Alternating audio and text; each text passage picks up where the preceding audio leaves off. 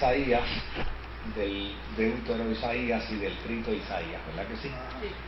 Pues esa es agua pasada, no nueve molinos. Lo que yo voy a hacer es que de esas tres divisiones que existen del libro de Isaías, es decir, del capítulo 1 al 39 y del capítulo 40 al 54 y del 55 al 66, que son las tres divisiones que existen del libro de Isaías, de cada uno de esos bloques yo voy a escoger dos capítulos, ¿verdad?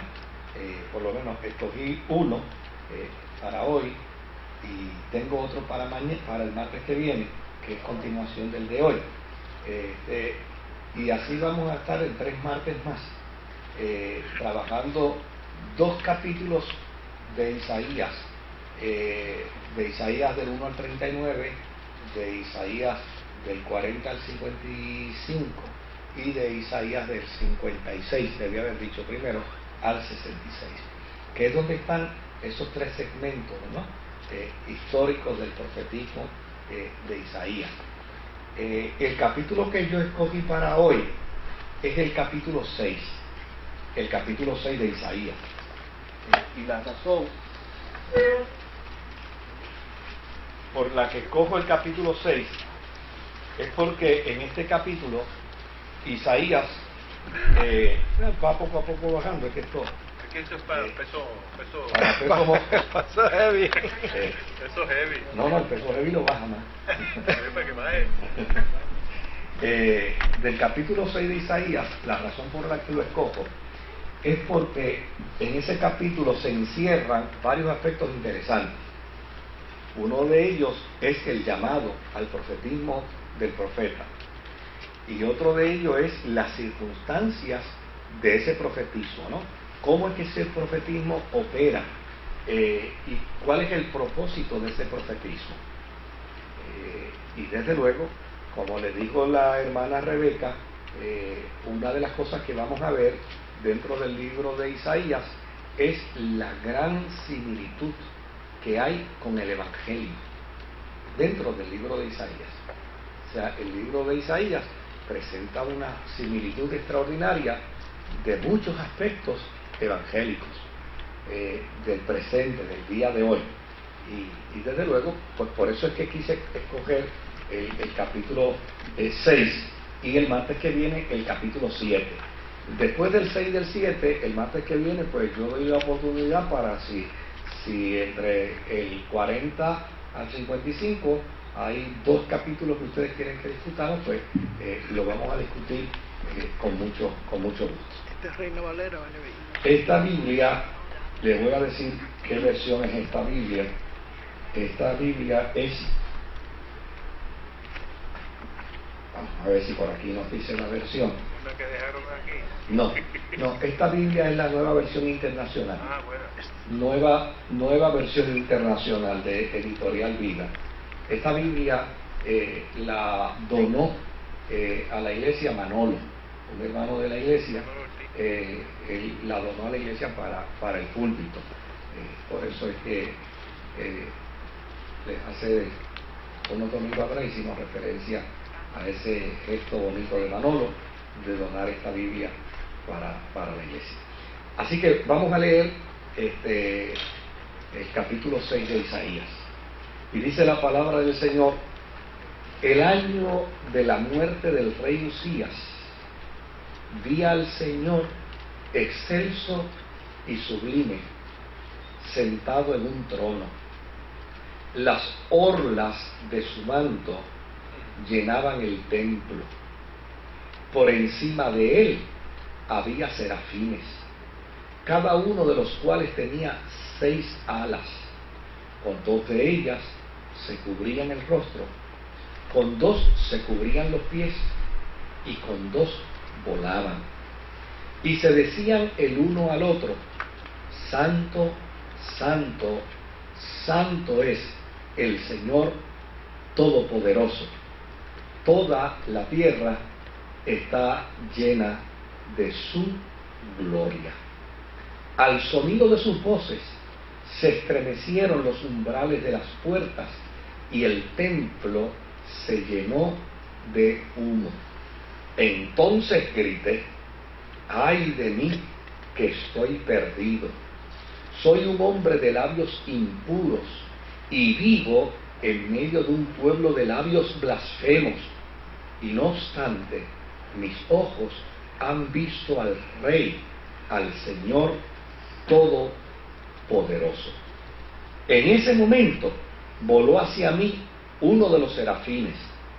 Traía en la mano una brasa que con unas tenazas había tomado del altar. Con ella me tocó los labios y me dijo: mira, esto ha tocado tus labios, tu maldad ha sido borrada y tu pecado perdonado. Entonces oí la voz del Señor que decía: ¿a quién enviaré? ¿Quién irá por nosotros? Y respondí: aquí estoy, envíame a mí. Él dijo: ve y dile a este pueblo: oigan bien, pero no entiendan; miren bien, pero no perciban.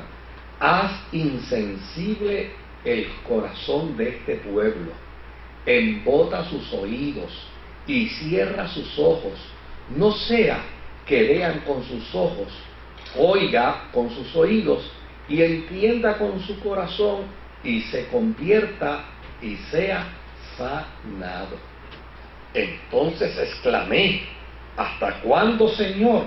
Y él respondió: hasta que las ciudades queden destruidas y sin habitante alguno, hasta que las casas queden deshabitadas y los campos asolados y en ruinas, hasta que el Señor haya enviado lejos a todo el pueblo y el país quede en total abandono. Y si aún queda en la tierra una 10ª, ésta volverá a ser devastada. Pero así como al talar la encina y el roble queda parte del tronco, esa parte es la simiente santa. Un capítulo bastante complicado, ¿verdad? Y un capítulo que obviamente exige y requiere que lo veamos para que de esta manera lo podamos interpretar bien. Número 1, una de las cosas que va a presentar aquí el profeta es la necesidad de confirmar su llamado profético. O sea, un profeta era llamado por Dios, pero tenía que probarle al pueblo que Dios lo había llamado. O sea, eso no era así por decir yo soy profeta. ¿No? Pues la gente le preguntaba: ¿tú eres profeta? Sí. ¿Qué evidencia tú tienes de tu profetismo? O sea, ¿qué evidencia tú tienes que demuestra que tú eres un auténtico profeta?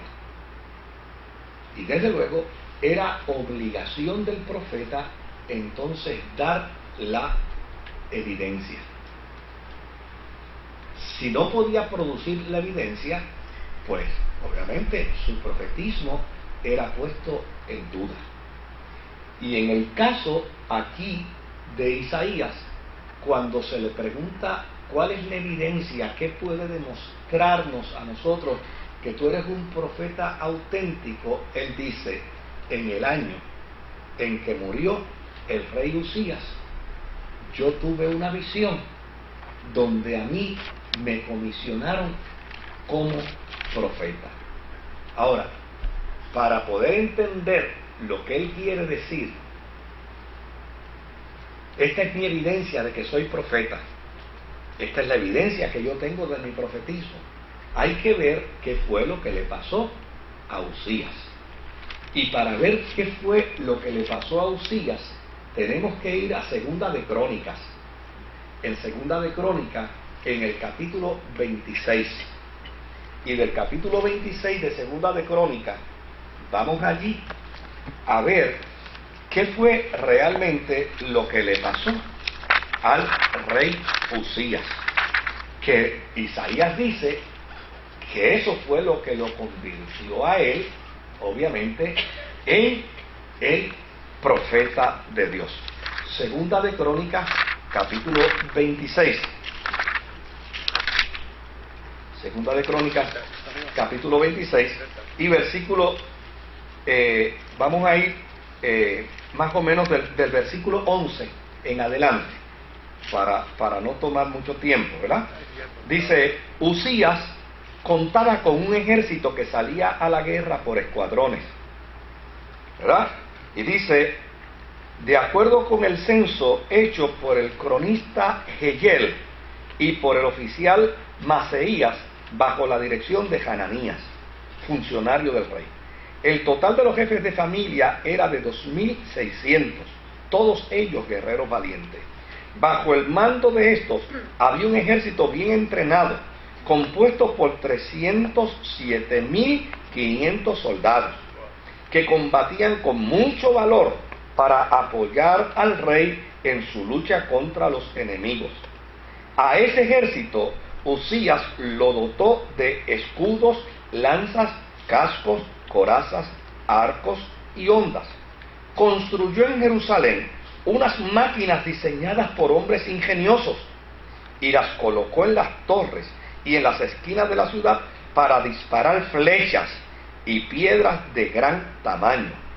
Con la poderosa ayuda de Dios, Uzías llegó a ser muy poderoso y su fama se extendió muy lejos. Sin embargo, cuando aumentó su poder, Uzías se volvió arrogante, lo cual lo llevó a la desgracia. Se rebeló contra el Señor, Dios de sus antepasados, y se atrevió a entrar en el templo del Señor para quemar incienso en el altar. Detrás de él entró el sumo sacerdote Azarías, junto con 80 sacerdotes del Señor, todos ellos hombres valientes, quienes se le enfrentaron y le dijeron: no corresponde a su majestad quemar el incienso al Señor. Esta función es función de los sacerdotes descendientes de Aarón, pues ellos son los que están consagrados para quemar el incienso. Salga usted ahora mismo del santuario, pues ha pecado y Dios el Señor no va a honrarlo. Entonces esto enfureció a Uzías, quien tenía en la mano un incenciario listo para ofrecer incienso.